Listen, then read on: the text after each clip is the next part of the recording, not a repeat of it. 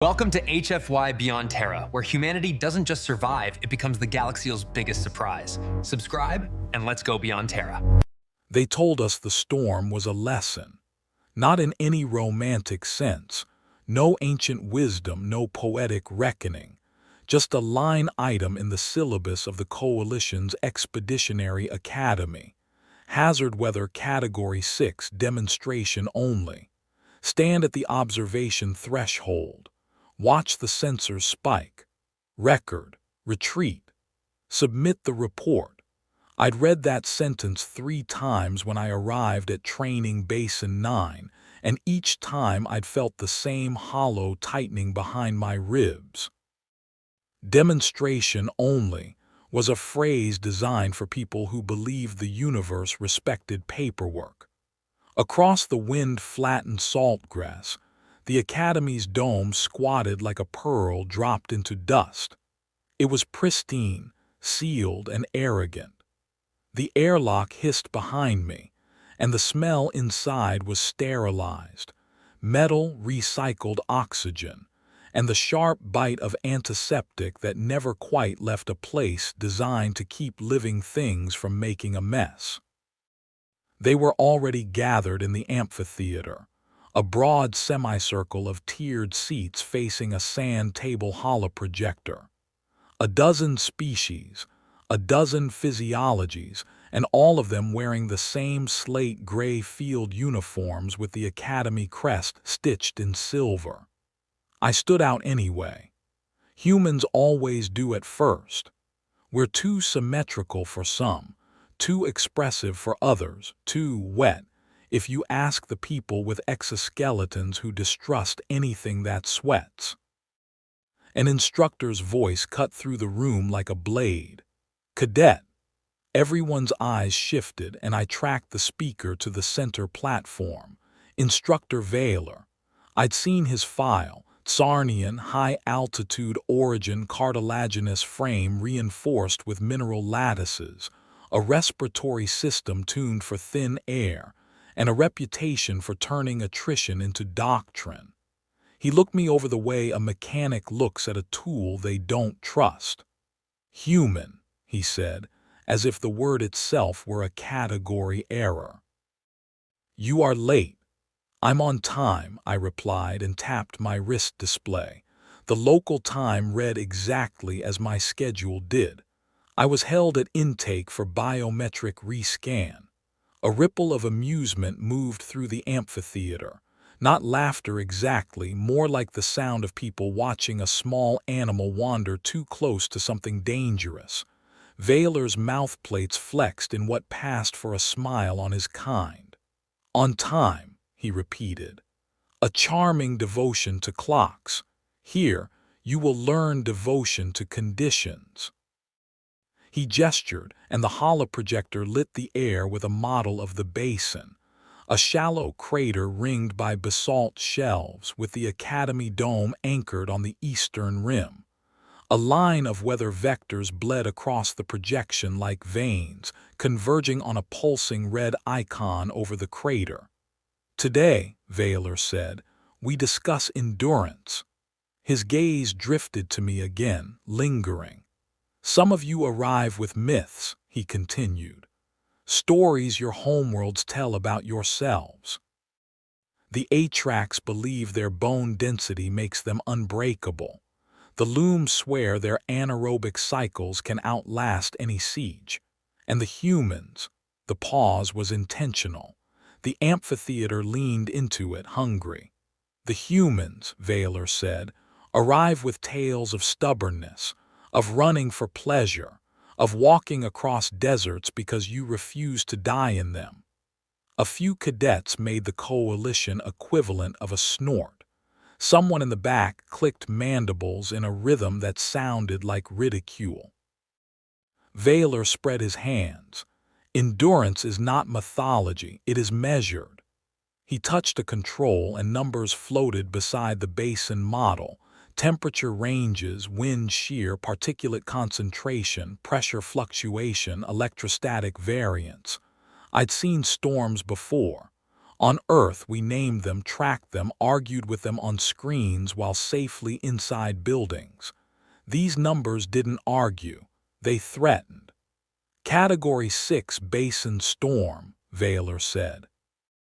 A cyclic atmospheric collapse event caused by thermal inversion interacting with subterranean vapor vents. You will observe from Threshold 2. You will not exit the marked shelter line.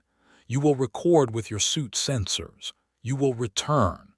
He let the rules hang there, then added, and you will compare your readings to the Academy's baseline endurance curves. His eyes pinned me. Human cadet, he said, you will be assigned to carry the instrument pack. A low, pleased sound rolled through the seats. The instrument pack was not a sleek little case. I'd seen it on the racks outside, a thick, ruggedized slab with protruding sensor masts and redundant power cells, designed for accuracy and not for comfort. It looked like someone had tried to build a backpack out of spite. I can carry it, I said. Veiler's smile widened. Of course you can, that is the point of your myth, yes. The human who carries, the human who bears, the human who persists. His voice shifted, sharper. Let us see how well you persist when endurance is not measured in applause. They issued the gear, and we filed into the dome's auxiliary access corridor. The air grew colder as we approached the outer locks. Cadets checked seals and ran diagnostics. Some moved with professional calm. Others fidgeted, tiny tells from species who didn't like leaving engineered environments. I clipped the instrument pack into my harness. It settled against my spine with a heavy, unforgiving pull. I adjusted the waist strap until it bit into my hips, then cinched the chest strap, forcing my breathing to stay shallow and controlled. A loom cadet beside me, a wiry, four-armed creature with translucent skin that showed pulses of blue blood, watched with open fascination. That mass, they murmured through their translator. It is excessive. It is, I admitted. Your species enjoys this, I snorted. No, we tolerate it. The loom's cranial fins fluttered, which I'd learned meant skepticism. Tolerate is not the same as endure. Give it time, I said. We reached the airlock. The outer door cycled open, and the basin's air rolled in like a warning, dry, mineral, and charged, smelling faintly of ozone even before the storm arrived. Threshold 2 was a shelter line cut into the basalt shelf, with anchored posts and a low barrier designed to break the worst of the wind. Beyond it, the basin spread wide and flat, a scoured bowl of pale grit and black stone. Far out, the horizon wavered as heat rose in lazy sheets, mocking the cold drafts that slipped across the rim.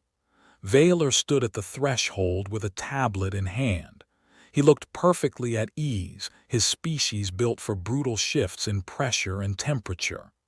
Begin recording, he ordered. The group fanned out along the shelter line. Suit sensors activated, feeding data into our wrist displays. The instrument pack on my back hummed as it calibrated. My suit's internal temperature regulation kicked in, a soft warmth across my skin. Look, someone whispered. At first I didn't see it. Then I noticed the basin's center darken, not from clouds but from the ground itself. Fine dust began to rise in thin tendrils, spiraling, uncoiling as if the planet were exhaling. My display ticked up, wind speed increasing, particulate density climbing, pressure falling in a slow, steady slope. Veiler's voice carried over the comms. Observe the inversion line. Note the electrical buildup. This is the precursor stage, harmless at the rim. Harmless. The word felt careless in my mouth. The dust spirals multiplied, weaving together until the basin's center looked like a living bruise. The air crackled, and my suit's hairline sensors flashed warnings about electrostatic interference. A faint tremor ran through the basalt under my boots. The HRAX cadet to my left, a hulking, plated figure with thick arms, shifted their weight and grunted. "This is the storm," they said aloud. "It is small." "It is early," Vaylor replied, and I could hear satisfaction in his tone. "Endurance is often tested by anticipation." A pulse of wind hit the rim like a thrown object, not hard but sudden enough to rock us. The barrier caught it, sending a spray of grit over the shelter line. Then another pulse followed, stronger, sharper. The air tasted like metal through my suit's filter. Pressure dropped faster. The basin's center erupted. It wasn't a wall of weather rolling in like an earth hurricane. It was the atmosphere collapsing inward, dragged down by temperature gradients and vapor vent surges, spinning itself into a grinding column. Dust and sand didn't just blow. They accelerated into a dense, churning mass that chewed the light. The storm's core moved like an organism, tightening and loosening, whipping itself sideways in violent arcs. The sky above it flickered with pale lightning, thin branching veins that snapped from cloudless air to cloudless air, driven by static, not by rain. My suit's audio dampers struggled as the roar rose, not just wind but particulate impact, a constant abrasive hiss like a million knives drawn across stone. "Record," Vaylor said, voice calm. "Do not step beyond the line." The cadets held position. Some leaned into the barrier. Others pressed flat against the basalt wall. My instrument pack's sensor masts vibrated, but the readouts remained stable, for now. A minute passed, then another. The storm shifted its axis. I felt it before my display registered it, a deepening vibration in the ground, a change in the way the air pressed against my suit, as if the planet's hand had moved from my shoulder to my throat. "Vaylor," a cadet said, panic leaking into their calm. "The rim vectors. I see them," Vaylor replied, but his calm thinned. "Maintain," a pressure shock hit. It wasn't like wind. It was like the air itself had become a solid object and slammed into us. The barrier groaned. The anchored posts flexed. Several cadets were thrown sideways, suits scraping against basalt. My harness yanked hard, and the instrument pack's mass tried to pull me down. I dropped my center of gravity instinctively, knees bent, feet wide, letting my hips take the load. Suit alarms flared, sudden pressure drop, rapid temperature inversion, filter strain. The storm's outer edge had reached the rim. This wasn't harmless at the rim. This was the storm deciding it didn't care about the Academy's lesson plan. "Retreat," someone yelled. "Hold position," Vaylor snapped. "This is within acceptable," another shock hit, and this time the shelter line's barrier sheared one of its anchors. Metal screamed. The barrier twisted, and the wind poured through the gap like water through a broken dam. Cadets scattered, grabbing for handholds.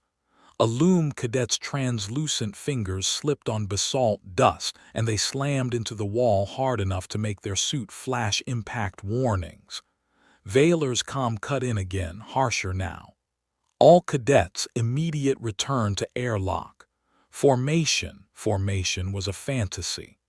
The wind was too loud, too violent. The storm's abrasive edge turned visibility into a smeared gray. My suit's optics compensated, outlining figures in pale wireframes, but the interference kept glitching, static crawling across my display. I turned toward the access corridor, and the instrument pack bucked against my shoulders as a gust hit from the side. The weight that had been manageable a minute ago became a liability, a lever trying to twist me off balance. A H-Rax cadet stumbled ahead, their heavy plates catching wind like sails. They went down hard, sliding toward the gap in the barrier where the storm's force was strongest. Two other cadets reached for them and failed, their hands skidding off armored ridges. Vaylor was shouting orders, but his voice was now just another sound in the storm. The Academy's doctrine had met physics, and physics did not care about rank. I moved. Not heroically, not with some cinematic leap. Just a human decision made in a fraction of a second. If that cadet goes through the gap, the storm will grind them like stone. I dug my boots into the basalt and advanced in short steps, leaning forward until my legs burned. The wind shoved at me, trying to make me kneel. Grit hammered my suit. The instrument pack straps bit into my shoulders. I reached the H-Rax cadet and grabbed the edge of their suit harness. My glove found purchase on a reinforced strap and I hauled. The H-Rax was heavy, bone-dense, armor-dense mass meant to intimidate. In this storm, that mass was an anchor that wanted to become a projectile. "Get up!" I yelled, though I didn't know if they could hear me. Their visor turned toward me wide-eyed. Their species' pride had drained away, replaced by the raw animal panic of being dragged. They tried to rise and failed. The wind hit again, twisting them sideways, so I changed the problem. I dropped lower, wrapped my arm under their harness point, and used my whole body like a wedge, hips under load, legs driving. The way you move a refrigerator when you don't have a dolly. The way you drag a friend out of surf when the undertow wants them. I didn't win, not instantly. I slid, too. My boots ground against basalt, losing traction as dust layered the rock. My suit's traction spikes deployed automatically, biting into the stone. The pack on my back whined, its stabilizers compensating for torque. My display warned of harness strain, but the numbers stayed below red. I got the H-Rax's bulk turned away from the gap inch by inch, until the wind's force hit their armor at a better angle. They found footing. Their legs locked. Together we lurched toward the corridor. Someone grabbed the H-Rax from the other side, pulling. Another cadet latched onto my elbow, helping keep me upright as a shock wave rolled across the rim. We reached the corridor mouth just as the air around it sparked bright white. Static discharge crawled across the metal frame, and for a heartbeat the entire entrance looked like it was wrapped in lightning. "Move!" I shouted and shoved the H-Rax through first. The rest surged after, a messy, desperate stampede that ignored dignity and doctrine. Vaylor came last, trying to control the flow even as his own footing faltered. Inside the corridor, the wind's roar became a muffled scream as the inner pressure seals engaged. Cadets collapsed against walls, chests heaving. Filters hissed as they purged grit. Some suits flashed warnings about micro-abrasion damage, seal integrity, lung strain. My hands were shaking, not from fear alone, though that was there, but from adrenaline dumping into muscles that had just done ugly work. Vaylor stood in the center of the corridor, his posture rigid. Grit had worked its way into the seams of his uniform, dulling the silver crest. For the first time since I'd met him, he looked uncertain. The storm hadn't just threatened bodies, it had threatened the story he told himself about mastery. We waited for the dome's inner airlock to cycle. It should have taken 30 seconds. It didn't. A red light blinked above the door panel. The status display flickered with interference. "Pressure differential too high," the system announced in a neutral voice. "Outer seal compromised. Manual override required." A low murmur rose among the cadets, sharp with fatigue and fear. Vayler stepped toward the panel and pressed a sequence. The system beeped, then displayed the same warning again. He tried again. Same result. Outer seal compromised, the system repeated, as if repeating it could fix it. Vayler's jaw plates tightened. Impossible, he hissed.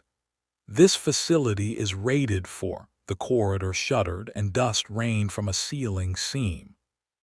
The storm was pushing harder than the design envelope. The demonstration-only line item had become a containment failure. Suit comms crackled. Someone sobbed, quick, embarrassed, then silent. Another cadet pounded the wall, leaving a smear of basalt dust. "Vayler," I said, voice low so it cut through the panic without feeding it. "What do we do?" He looked at me, and I saw the moment his pride wanted to answer. Wanted to insist the Academy would save us because the Academy always saved itself. Then another shudder hit, and a thin line of grit began to seep through the outer seam, hissing like a snake. His eyes narrowed, recalculating. "The outer lock must be reseated," Vayler said. "The storm has forced particulate into the hinge channel. The mechanism cannot close fully." A loom cadet lifted trembling hands. "Then we are trapped between." "Temporarily," Vayler snapped, but the word lacked conviction. I stared at the seam.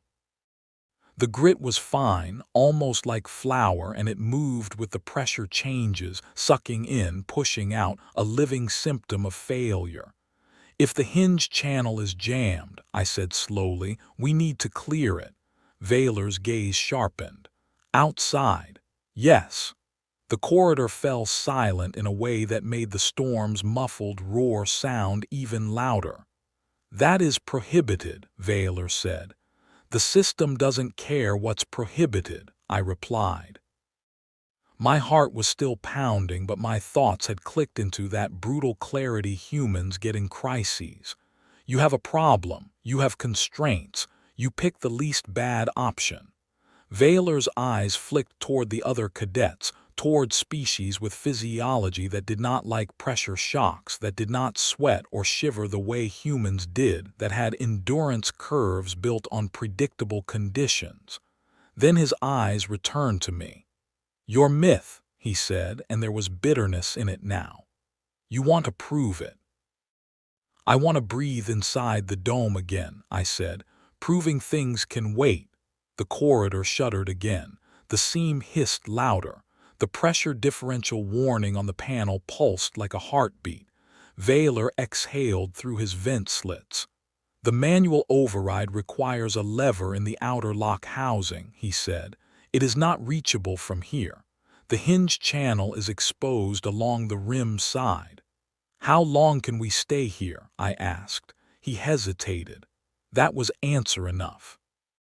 I unclipped my glove seals, flexed my fingers, then resealed them tighter.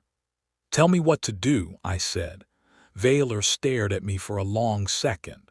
Then he did something that surprised me more than the storm. He swallowed his pride. "You will not survive long in the outer exposure," he said. "Not even you." "Then keep it short," I replied. He stepped to the wall locker and yanked it open, pulling out an auxiliary tether line, thick, reinforced, with a magnetic clamp designed for high-wind rescues. He tossed it to me. "Anchor to the corridor post," he ordered. "You will crawl, not stand. The storm's abrasive front will strip your suit if you expose it broadside. You will keep your profile low. You will clear the hinge channel with the de-icer probe and reseat the seal lever." He thrust a de-icer tool into my hands, a heated rod designed to melt ice in pressure seals on cold worlds. Here, it would burn grit into glass if I wasn't careful. 2 minutes, Vayler said. No more. I clipped the tether to my harness. The instrument pack was still on my back. I considered ditching it, then realized its sensor masts might actually help. If it recorded what happened if we lived, the Academy couldn't pretend this was just another controlled demonstration. Evidence mattered. Pride survived on plausible deniability. I kept it. Vaylor keyed the outer lock cycle. "On my mark," he said. The door to the basin began to open. Wind screamed into the corridor, violent enough to force me backward a step. The tether snapped taut, biting into my harness. Grit hit my visor like hail. Vaylor's voice in my ear was steady now, stripped down to function. "Mark." I dropped to my knees and slid forward, using my forearms to pull, my boots to push. The wind tried to peel me off the floor. The tether held, humming with tension. Outside, the world was gray and howling. The storm had wrapped the rim in its outer bands, turning the basalt shelf into a sand blaster. Lightning snapped in pale threads overhead, and static crawled across my suit's surfaces in bright, crawling lines. My display flooded with warnings: filter strain, abrasion rate high, electrostatic interference, temperature inversion. My suit's internal environment fought to stay stable, pumping heat, adjusting pressure, increasing oxygen mix. I didn't try to outmuscle the storm. I tried to outthink it. Low profile, short movements.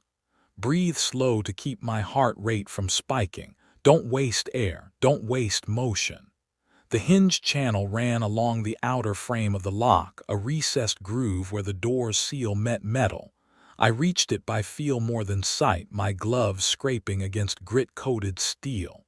The groove was packed with fine dust, compacted by pressure into a stubborn, gritty paste. It wasn't ice, but it behaved like it, jamming the seal, preventing full closure. I triggered the de-icer probe. Heat surged through it and the rod glowed faintly. I pressed it carefully into the packed grit, not melting but sintering, turning the dust into brittle clumps I could chip away. The wind slammed me sideways. I flattened harder, tether cutting into my waist. The instrument pack's weight pinned me in place, which was suddenly an advantage. It kept me from tumbling like the lighter cadets would have. I worked fast, every second a negotiation. Heat the grit, scrape it out. Heat again, scrape again. My gloves began to show micro-abrasion wear, the outer layer dulling under the constant sand impact. Somewhere behind me, through the open lock, Vaylor's voice snapped over comms. "Time." "One more pass," I gasped. The hinge channel cleared in a short segment. I could see metal again. I ran the probe along the groove, loosening the last stubborn clumps, then reached for the manual lever housing, half buried in grit. My fingers closed around it, and for a terrifying moment it didn't move. The storm shoved at me as if annoyed by my persistence. My suit's oxygen usage spiked as I grunted with effort. Then the lever shifted with a metallic click. I shoved it fully into place.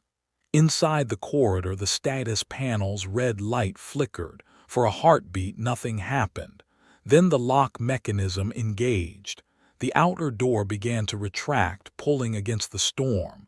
The seal line glowed green for the first time since we'd entered. Vaylor's voice sharpened. "Return, now." I didn't argue. I pulled myself backward along the tether, crawling like an animal. The storm clawed at me, but my profile stayed low. My suit's filters screamed in protest, and static snapped across my visor in blinding flashes, but I kept moving. As I crossed the threshold, hands grabbed my arms and hauled me inside.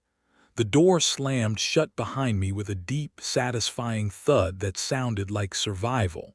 The corridor pressure stabilized. The storm's roar dropped to a distant rumble. The seam stopped hissing grit. For a moment, nobody spoke. Then the inner dome door cycled open and clean, recycled air washed over us like mercy. Cadets stumbled through, some limping, some half-carried. The Academy's interior lights looked too bright, too soft, too ignorant of what had almost happened. We made it into the dome's emergency bay and med drones swarmed. Suits were checked, abrasions catalogued, lung filters replaced. The ATRAX cadet I dragged earlier sat on a bench, visor lifted, staring at their own hands as if trying to understand how close they'd come to being a statistic. I stood off to the side, letting a drone scan my suit. The instrument pack was still humming, its data intact. My shoulders ached. My thighs trembled with delayed fatigue. Sweat cooled on my skin as my suit vented heat. Vaylor approached me. He moved slowly, not with injury but with the cautious pace of someone entering a conversation they didn't control. The med bay's noise faded around us, or maybe my brain simply narrowed focus. "Instructor," I said. He stopped an arm's length away. His eyes looked different now, less amused, more precise. "You disobeyed doctrine," he said. "Yes," I replied, "because doctrine was about to kill us." His jaw plates flexed. "You endangered yourself." "Yes, and you succeeded." "I got lucky," I said, because luck was part of it and pretending otherwise was how people died later. Vaylor's gaze flicked to the instrument pack on my back. "You carried the sensors out," he observed. "Yes. Even when it burdened you." "Yes." He was silent for a long moment, and in that silence I felt the weight of his earlier laughter, the amphitheater's amusement, the way everyone had wanted the human myth to either prove itself dramatically or fail conveniently. Instead, it had manifested in an unglamorous truth. Endurance was not a performance. It was a set of habits practiced until they became reflex. Vaylor lowered his head slightly. On his species, it was not quite a bow, but it was as close as his pride would allow. "I mocked your endurance," he said, voice clipped, "because I believed endurance was the product of optimized design." "And now?" I asked. He looked toward the dome's far wall where a storm monitor feed displayed the basin. The outer rim was swallowed in gray, lightning flickering like nervous thought. "Now," Vaylor said, "I believe endurance is also the product of refusal." I exhaled slowly. "Refusal to what?" "To the world's insistence that you stop," he said. A med drone beeped, pulling his attention to a casualty report. He read it quickly, then closed the display with a hard swipe. "The Academy will revise its syllabus," he said, as if speaking the words could make them less humiliating. "Threshold 2 will be recategorized. This storm was not within expected variance." "Expected variance," I echoed. Vaylor's eyes narrowed. "Do not." "I'm not trying to embarrass you," I said, "but if your baseline curves don't include what just happened, they're not baselines, they're fantasies." The corners of his mouth plates tightened, but he didn't lash out. "Your instrument pack," he said, "the data." "You can have it," I replied. "It recorded everything." He studied me, and for the first time I saw something like respect settle into the lines of his face. Not warmth, not friendship. Respect earned under conditions no one could fake. "Cadet," he said, "your species myth, it is inefficient." I almost laughed, but my throat was too dry. "Yes," I said, "we're full of inefficiencies." "And yet," Vaylor continued, "in those inefficiencies you found margin. Margin. The space between failure and survival, the extra breath, the extra step. The ability to suffer longer than the problem could." He turned as if to leave, then paused. "You will instruct the next cohort in storm discipline," Vaylor said. I blinked. "Me?" "You," he confirmed. You will teach them how to move when the plan collapses. A protest rose in my chest, imposter syndrome, exhaustion, the instinct to refuse responsibility when it's offered by someone who previously laughed at you. I swallowed it. "I'll do it," I said. Vaylor's jaw plates flexed once, the closest thing to satisfaction. Then he walked away, already rebuilding his doctrine around the reality he'd tried to dismiss. I sat on the edge of a bench and unbuckled the instrument pack. When I set it down, the sudden lightness almost made me sway. A med drone offered a hydration tube. I drank, slow and controlled, letting my hands stop shaking. Across the bay, cadets spoke in low voices. Not the earlier amusement, not the eager cruelty of a room that wanted someone humbled. This was different. This was the sound of people recalibrating their assumptions. Outside, the basin storm continued to grind the world into gray, indifferent to rank, indifferent to myths. It would burn itself out in hours, leaving behind reshaped dunes and scored basalt, and a new set of numbers for the Academy to pretend they'd always respected. But inside the dome, the lesson had already landed. Endurance was not a badge you wore. It was a debt you paid, breath by breath, step by step, until the storm gave up before you did. And as the lights hummed overhead and the air tasted clean again, I realized the instructor hadn't truly laughed at human endurance. He'd laughed at the idea that anything as messy as a human could belong in a universe that preferred neat equations. The storm had corrected him. So would I, the next time a new cohort stood at the threshold and thought rules were the same thing as reality. Because on a Deathworld, you learn early. The planet doesn't care what you believe. It only cares what you can survive.